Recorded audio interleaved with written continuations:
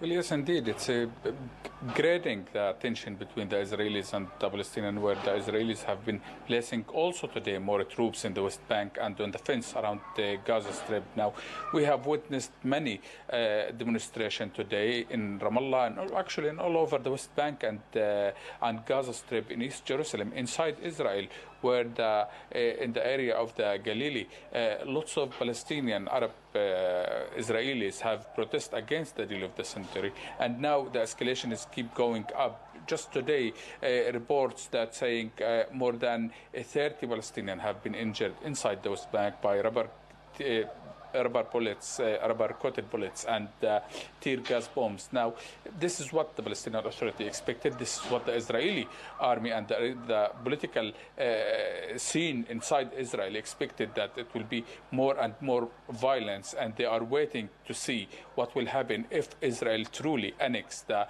areas and the settlements, the Jordan Valley here. It will be increased, we expect, more and more.